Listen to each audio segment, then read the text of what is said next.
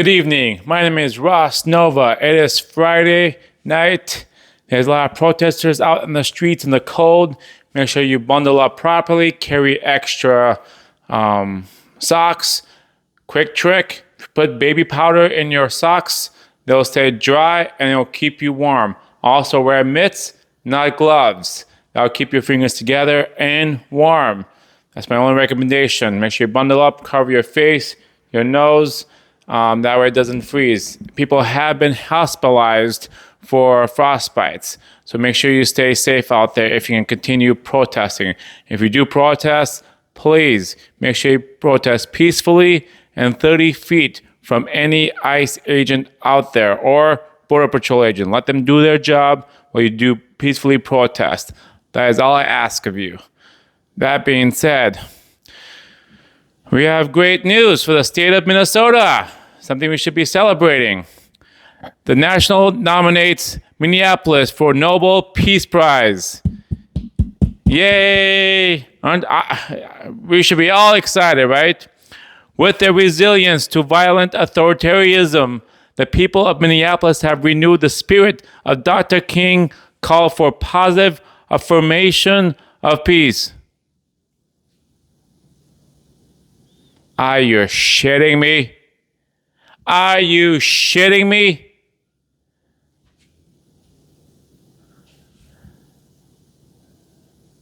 If they offer this Nobel Peace Prize to the state of Minnesota, I do not want it. What I would do with it, if I did receive it, if Minnesota receive it, and I have it in my hand, I will go up to Duluth and drop it in the deepest part of the lake where it never sees the light of day. That's how I feel about that. I do not want it. The protests that you've seen, that I've seen, the violence, the destruction of vehicles, the destructions of hotels, the destruction of other properties, ICE agents, Border Patrol agents getting hurt. There is nothing peaceful. I am even angry that you bring Dr. King in this. In fact, I think you'll be disappointed seeing all that violent crimes, all that violent protest that we've been seeing. This is disgusting. I do not want it in Minnesota. We don't deserve it.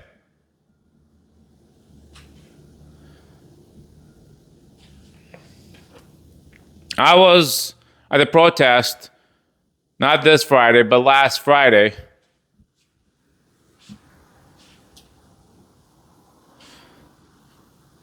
I do apologize. I'm just mainly showing you proof that I was there. I was actually wearing socks because I didn't have mittens to keep my fingers together. Fuck ICE, fuck ICE, fuck ICE.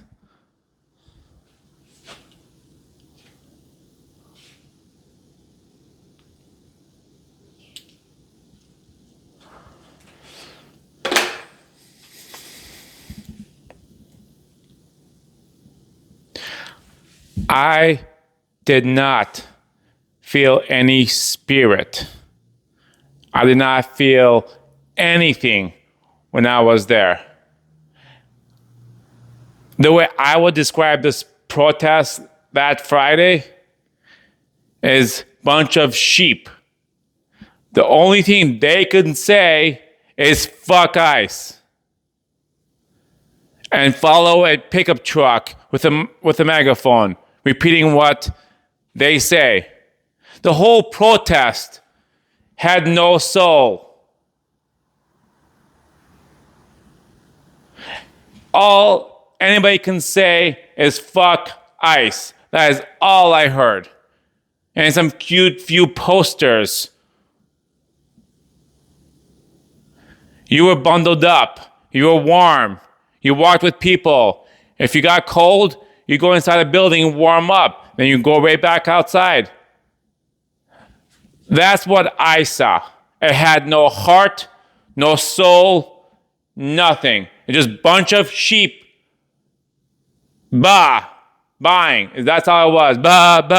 Fuck ICE. Repeating the same thing over and over.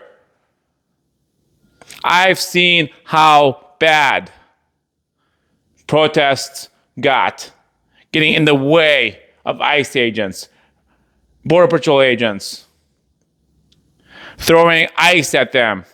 There's even one protester that bit off a finger of one of the Border Patrol agents. You call that peaceful? Nonviolent? Are you kidding me? This protest is garbage. Sorry, it's how I feel. I was there, so I can express my feelings and how I felt, because I'm entitled to that, correct? That's how I felt. No soul, no heart, bunch of sheep pretty much repeating the same thing over and over. Fuck ICE.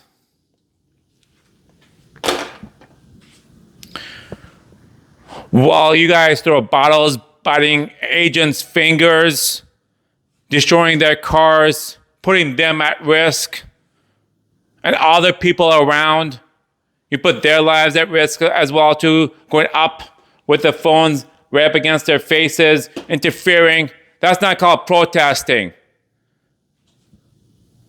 That's called stupidity in my eyes. I've never been more disappointed. Yeah, we can march Friday peacefully when everybody's all together and stuff like that. We can maybe march peacefully, but when nighttime comes, when no cameras are on, you guys are out there causing harm, chaos, and even fear. ICE agents, Border Patrol agents, they are out there day and night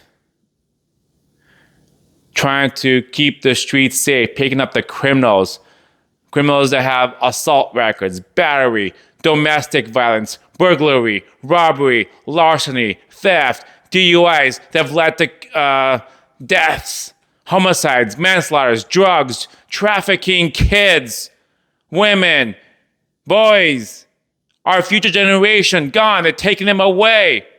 In fact, thanks to them, 600 kids were saved. No, I'm sorry. 6,000 kids were saved last year.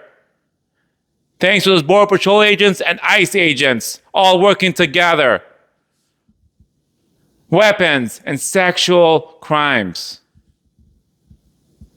We've heard many, many stories. After the sexual crimes were committed, they kill them. No mercy. These guys are cold stone killers. Not all of them, but a lot of them. And that's who ICE agents are out there picking up. And you're protesting against that. There's nothing about Peace Prize, Nobel Peace Prize, when it comes to Minnesota right now. I am sad and heartbroken from what I've seen.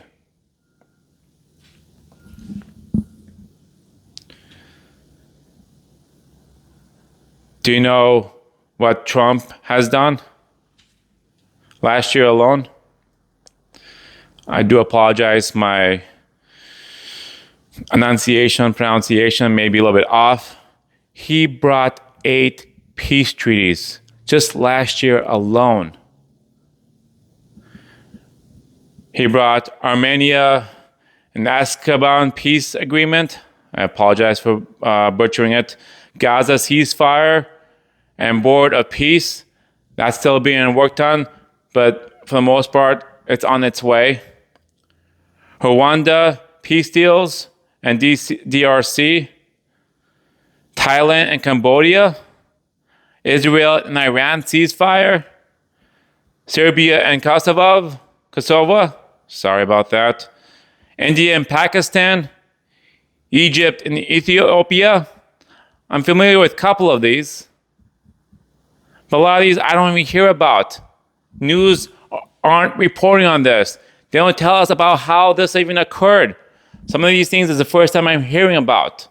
And all I did was a simple Google search, all peace treaties Trump did in 2025. That's it. And they just popped up, 8 of them. And their share alone, Venezuela.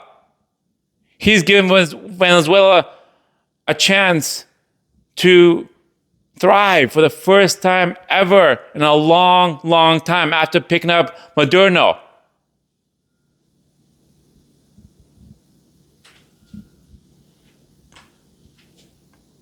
That guy deserves Nobel Peace Prize in my eyes. If not him, maybe give it to Israel, give it to Egypt or India, where they said, you know what? I want peace. To me, that means a lot more than protesters on the streets in Minneapolis shouting, fuck ICE. That's how I feel. Freedom of speech, right? I can say how I feel.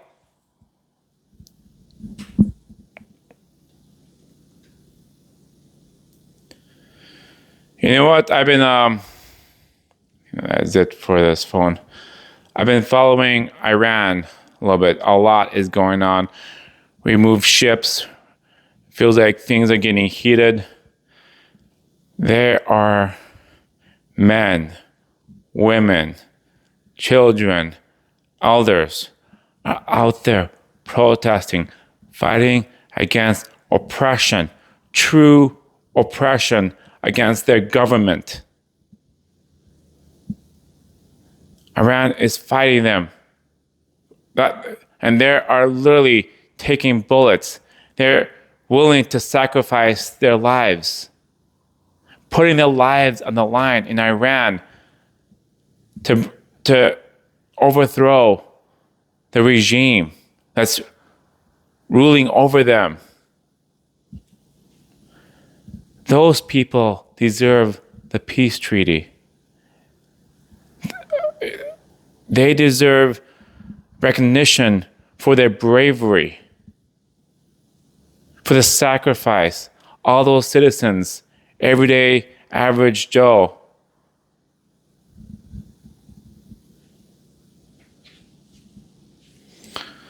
I do warn you, this video can be a little bit harder to watch. The full scale of the casualties in Iran after the brutal crackdown against anti-government protesters is still not known. But one human rights group based in the US, which is meticulously putting together evidence, has now confirmed the killing of over 6,000 people during the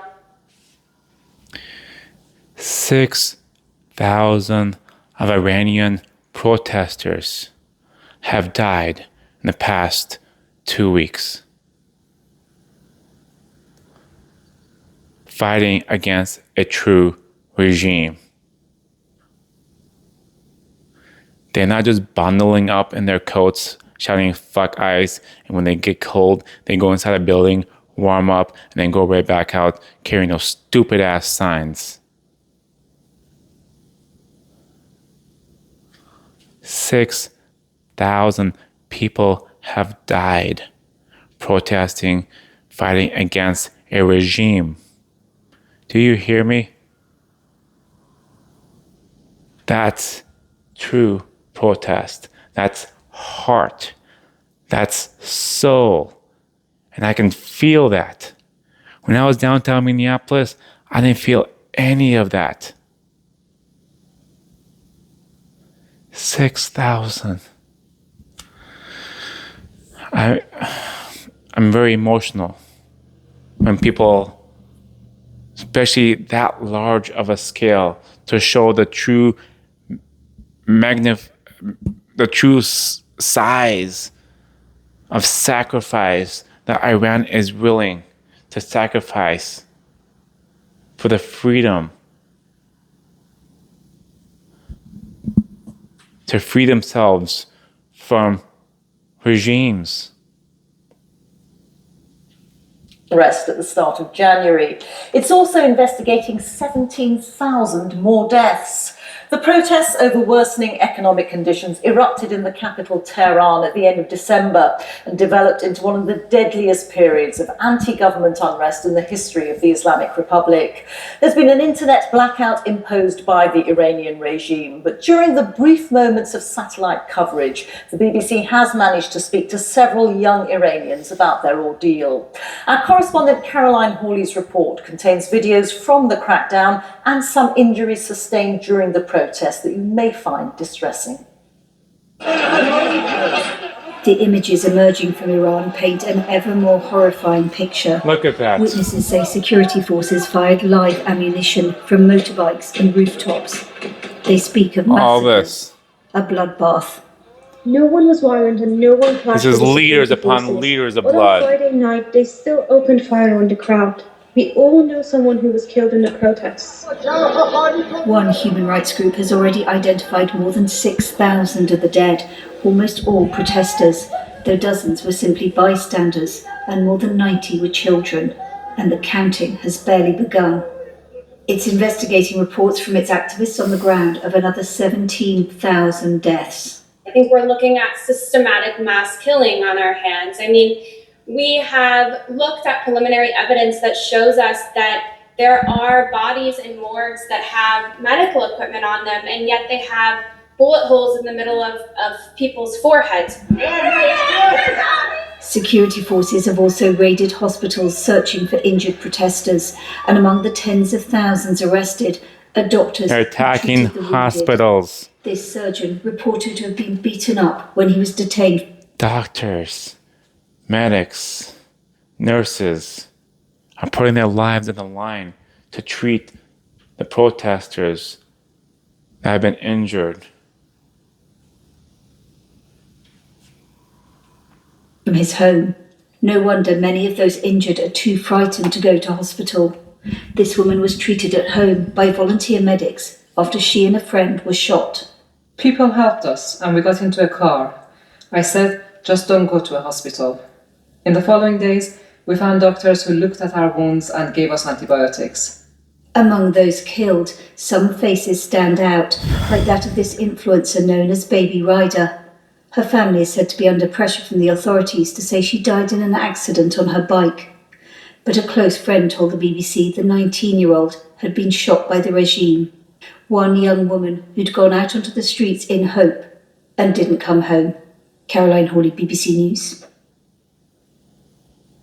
Well, President Donald Trump had threatened Iran with military action in response to its brutal repression of the mass protests. But while he's backed away from immediate action, the US has been beefing up its military presence in the region, with the USS Abraham Lincoln aircraft carrier being the latest arrival, as Jonathan Beale now reports. I think you get the idea.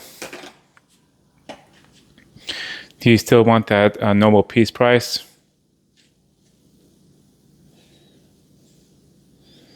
I sure don't. I could sense the heart and soul, the great sacrifice, the blood that was spilt to break away from the regime.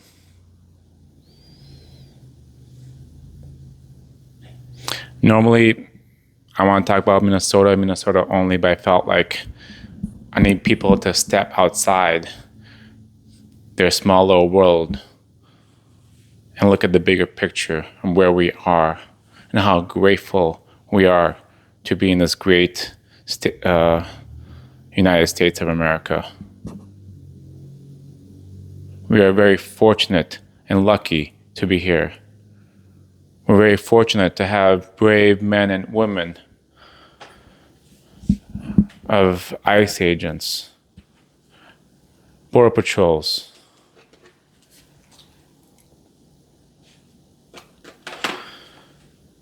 they are the true heroes. No one's ever perfect. We understand mistakes are made, that they may have gone in the wrong way. But they go out there anyway. So that way we can go home each and every night. Our kids can come home.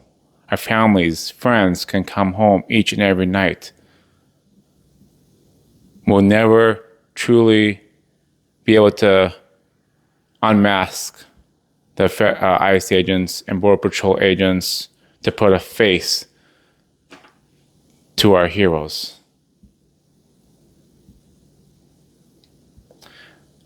I do not want this Nobel Peace Prize. I don't feel like Minnesota is deserving of it from what I've seen.